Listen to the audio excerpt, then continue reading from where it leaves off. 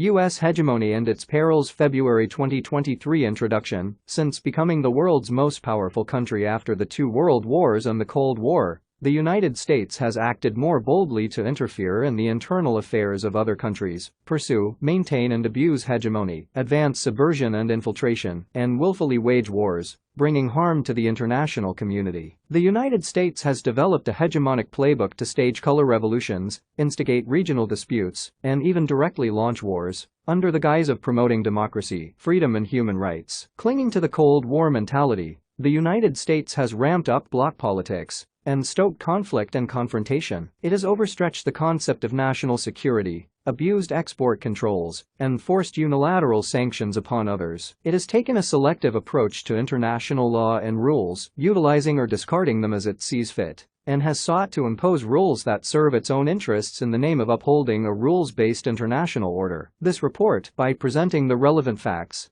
seeks to expose the U.S. abuse of hegemony in the political, military, economic, financial, technological and cultural fields, and to draw greater international attention to the perils of the U.S. practices to world peace and stability, and the well-being of all peoples. 1. Political hegemony. Throwing its weight around, the United States has long been attempting to mold other countries and the world order, with its own values and political system, in the name of promoting democracy and human rights. Instances of U.S. interference in other countries' internal affairs abound. In the name of promoting democracy, the United States practiced a neo-Monroe doctrine in Latin America, instigated color revolutions in Eurasia, and orchestrated the Arab Spring in West Asia and North Africa, bringing chaos and disaster to many countries. In 1823, the United States announced the Monroe Doctrine, while touting an America for the Americans. What it truly wanted was an America for the United States. Since then, the policies of successive U.S. governments toward Latin America and the Caribbean region have been riddled with political interference, military intervention and regime subversion. From its 61-year hostility toward and blockade of Cuba to its overthrow of the Allen government of Chile, U.S. policy on this region has been built on one maxim: those who submit will prosper,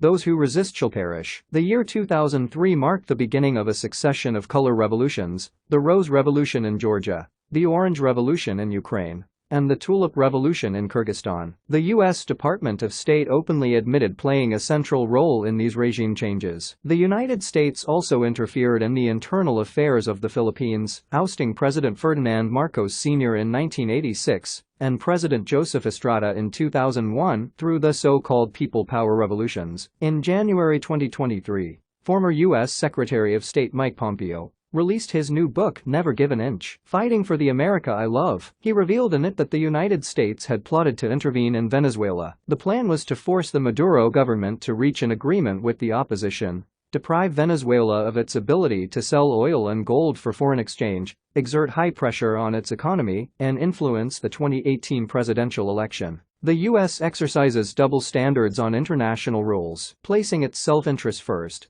The United States has walked away from international treaties and organizations and put its domestic law above international law. In April 2017, the Trump administration announced that it would cut off all U.S. funding to the United Nations Population Fund, UNFPA, with the excuse that the organization supports or participates in the management of a program of coercive abortion or involuntary sterilization. The United States quit UNESCO twice, in 1984 and 2017. In 2017, it announced leaving the Paris Agreement on climate change. In 2018, it announced its exit from the UN Human Rights Council, citing the organization's bias against Israel and failure to protect human rights effectively. In 2019, the United States announced its withdrawal from the Intermediate-Range Nuclear Forces Treaty to seek unfettered development of advanced weapons. In 2020, it announced pulling out of the Treaty on Open Skies. The United States has also been a stumbling block to biological arms control by opposing negotiations on a verification protocol for the Biological Weapons Convention, BWC, and impeding international verification of countries' activities relating to biological weapons. As the only country in possession of a chemical weapons stockpile, the United States has repeatedly delayed the destruction of chemical weapons and remain reluctant in fulfilling its obligations. It has become the biggest obstacle to realizing a world free of chemical weapons. The United States is piecing together small blocs through its alliance system. It has been forcing an Indo-Pacific strategy onto the Asia-Pacific region, assembling exclusive clubs like the Five Eyes, the Quad and AUKUS, and forcing regional countries to take sides. Such practices are essentially meant to create division in the region, stoke confrontation and undermine peace. The US arbitrarily passes judgment on democracy in other countries and fabricates a false narrative of democracy versus authoritarianism to incite estrangement, division, rivalry and confrontation. In December 2021, the United States hosted the first Summit for Democracy, which drew criticism and opposition from many countries for making a mockery of the spirit of democracy and dividing the world. In March 2023, the United States will host another Summit for Democracy, which remains unwelcome and will again find no support. 2. Military hegemony, wanton use of force. The history of the United States is characterized by violence and expansion. Since it gained independence in 1776, the United States has constantly sought expansion by force. It slaughtered Indians, invaded Canada, waged a war against Mexico, instigated the American-Spanish War, and annexed Hawaii. After World War II, the wars either provoked or launched by the United States included the Korean War, the Vietnam War, the Gulf War, the Kosovo War, the war in Afghanistan, the Iraq War, the Libyan War and the Syrian War, abusing its military hegemony to pave the way for expansionist objectives. In recent years, the U.S. average annual military budget has exceeded $700 billion, accounting for 40% of the world's total, more than the 15 countries behind it combined. The United States has about 800 overseas military bases, with 173,000 troops deployed in 159 countries. According to the book America Invades, How We've Invaded or Been Militarily Involved with Almost Every Country on Earth,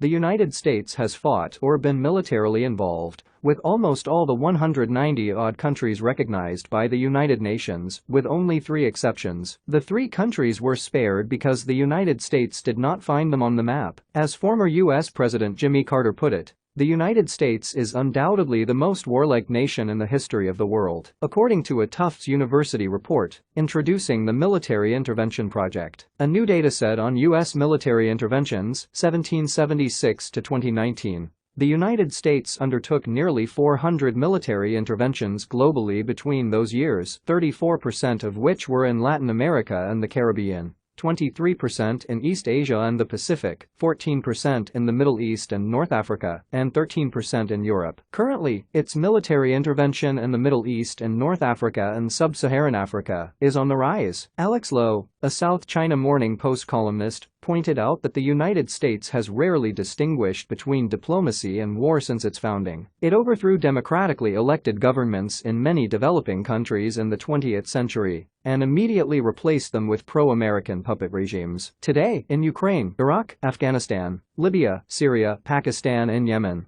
the United States is repeating its old tactics of waging proxy, low-intensity, and drone wars. U.S. military hegemony has caused humanitarian tragedies. Since 2001, the wars and military operations launched by the United States in the name of fighting terrorism have claimed over 900,000 lives, with some 335,000 of them civilians, injured millions and displaced tens of millions. The 2003 Iraq War resulted in some 200,000 to 250,000 civilian deaths, including over 16,000 directly killed by the U.S. military, and left more than 1 million homeless. The United States has created 37 million refugees around the world. Since 2012, the number of Syrian refugees alone has increased tenfold. Between 2016 and 2019, 33,584 civilian deaths were documented in the Syrian fightings, including 3,833 killed by US-led coalition bombings, half of them women and children. The Public Broadcasting Service (PBS) reported on 9 November 2018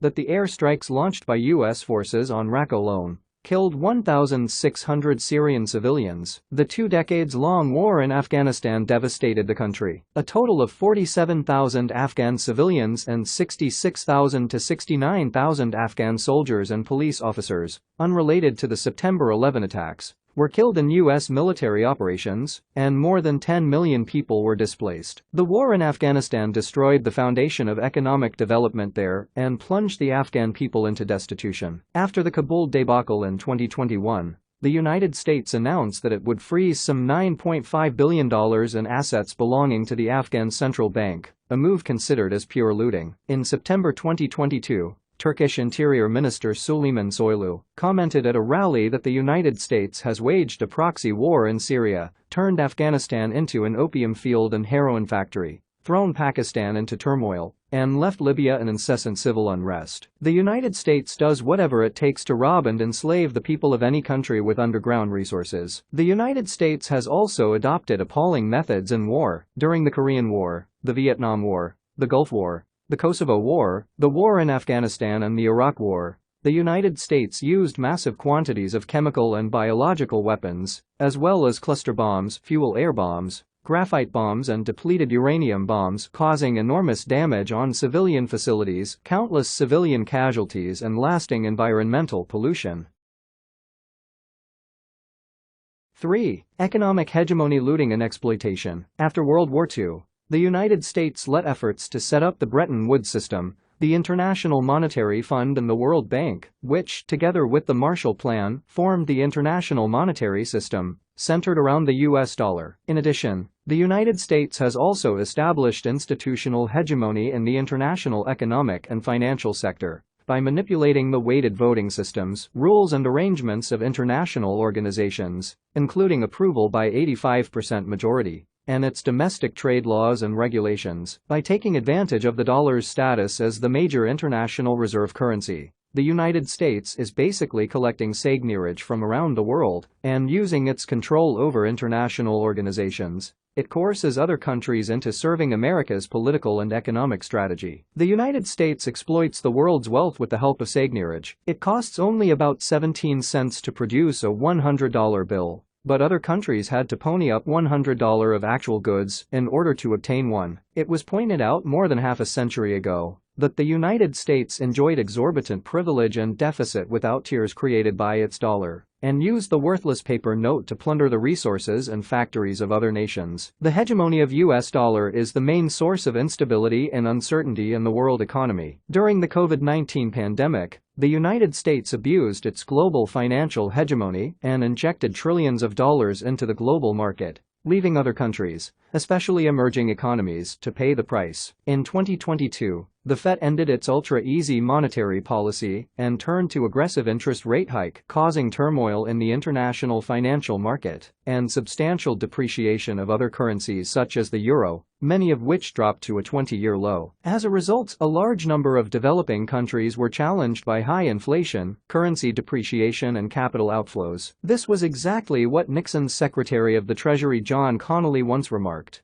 with self-satisfaction yet sharp precision, that the dollar is our currency, but it is your problem. With its control over international economic and financial organizations, the United States imposes additional conditions to their assistance to other countries. In order to reduce obstacles to U.S. capital inflow and speculation, the recipient countries are required to advance financial liberalization and open up financial markets so that their economic policies would fall in line with America's strategy. According to the Review of International Political Economy, along with the 1,550 debt relief programs extended by the IMF to its 131 member countries from 1985 to 2014, as many as 55,465 additional political conditions had been attached. The United States willfully suppresses its opponents with economic coercion. In the 1980s, to eliminate the economic threat posed by Japan, and to control and use the latter in service of America's strategic goal of confronting the Soviet Union and dominating the world,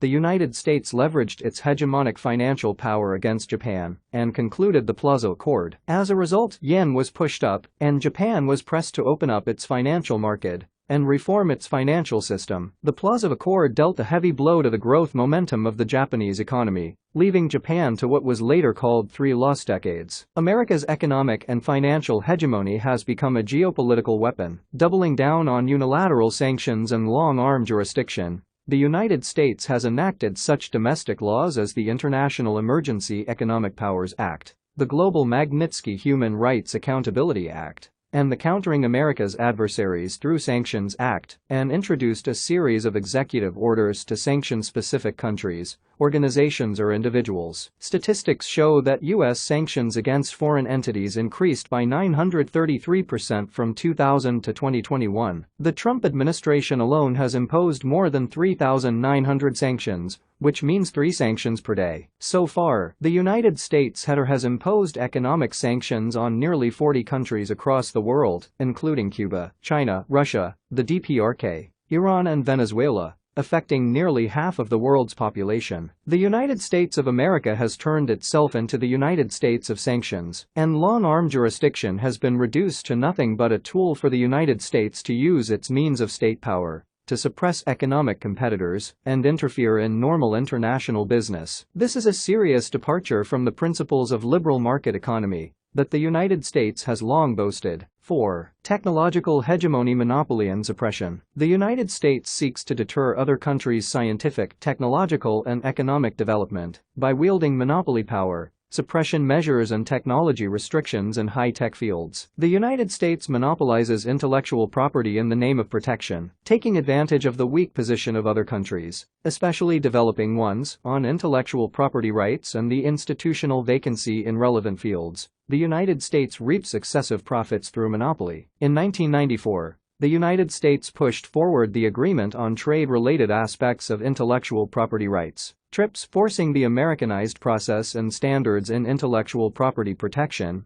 in an attempt to solidify its monopoly on technology. In the 1980s, to contain the development of Japan's semiconductor industry, the United States launched the 301 investigation, built bargaining power in bilateral negotiations through multilateral agreements, threatened to label Japan as conducting unfair trade, and imposed retaliatory tariffs, forcing Japan to sign the U.S.-Japan Semiconductor Agreement. As a result, Japanese semiconductor enterprises were almost completely driven out of global competition, and their market share dropped from 50% to 10%. Meanwhile, with the support of the U.S. government, a large number of U.S. semiconductor enterprises took the opportunity and grabbed larger market share. The United States politicizes, weaponizes technological issues, and uses them as ideological tools, overstretching the concept of national security. The United States mobilized state power to suppress and sanction Chinese company Huawei, restricted the entry of Huawei products into the U.S. market, cut off its supply of chips and operating systems, and coerced other countries to ban Huawei from undertaking local 5G network construction. It even talked Canada into unwarrantedly detaining Huawei's CFO Meng Wanzhou for nearly 3 years. The United States has fabricated a slew of excuses to clamp down on China's high-tech enterprises with global competitiveness, and has put more than 1,000 Chinese enterprises on sanction lists. In addition,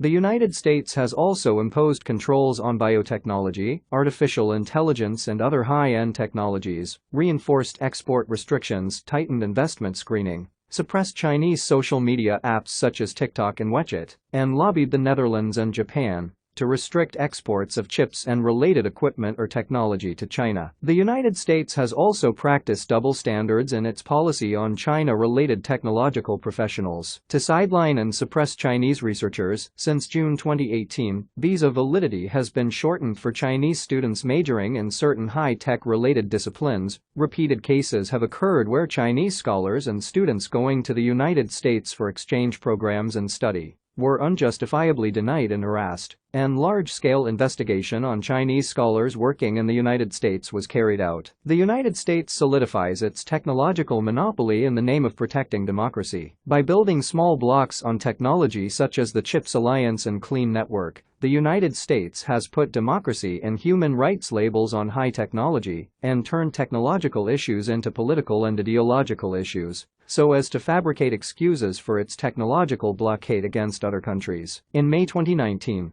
the United States enlisted 32 countries to the Prague 5G Security Conference in the Czech Republic and issued the Prague Proposal in an attempt to exclude China's 5G products. In April 2020, then U.S. Secretary of State Mike Pompeo announced the 5G Clean Path, a plan designed to build technological alliance in the 5G field, with partners bonded by their shared ideology on democracy and the need to protect cybersecurity. The measures, in essence, are the U.S. attempts to maintain its technological hegemony through technological alliances. The United States abuses its technological hegemony by carrying out cyber attacks and eavesdropping. The United States has long been notorious as an empire of hackers, blamed for its rampant acts of cyber theft around the world. It has all kinds of means to enforce pervasive cyber attacks and surveillance, including using analog base station signals to access mobile phones for data theft, manipulating mobile apps, infiltrating cloud servers, and stealing through undersea cables. The list goes on.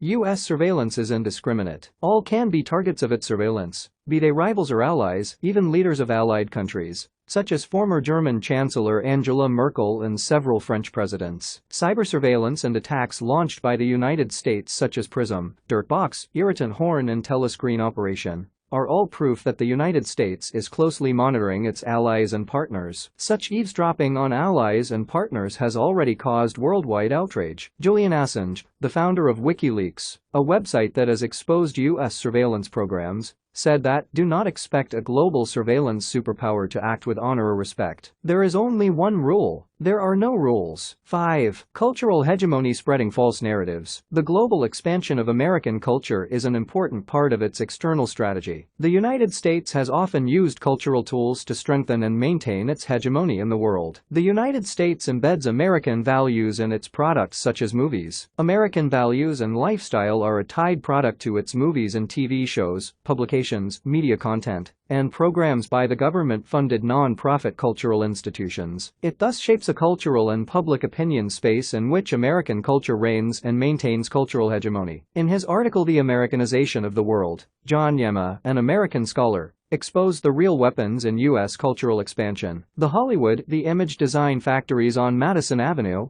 and the production lines of Mattel Company and Coca-Cola. There are various vehicles the United States uses to keep its cultural hegemony. American movies are the most used. They now occupy more than 70% of the world's market share. The United States skillfully exploits its cultural diversity to appeal to various ethnicities. When Hollywood movies descend on the world, they scream the American values tied to them. American cultural hegemony not only shows itself in direct intervention, but also in media infiltration, and as a trumpet for the world. U.S.-dominated Western media has a particularly important role in shaping global public opinion in favor of U.S. meddling in the internal affairs of other countries. The U.S. government strictly censors all social media companies and demands their obedience. Twitter CEO Elon Musk admitted on 27 December 2022 that all social media platforms work with the U.S. government to censor content, reported Fox Business Network. Public opinion in the United States is subject to government intervention to restrict all unfavorable remarks. Google often makes pages disappear. U.S. Department of Defense manipulates social media. In December 2022, The Intercept, an independent U.S. investigative website, revealed that in July 2017,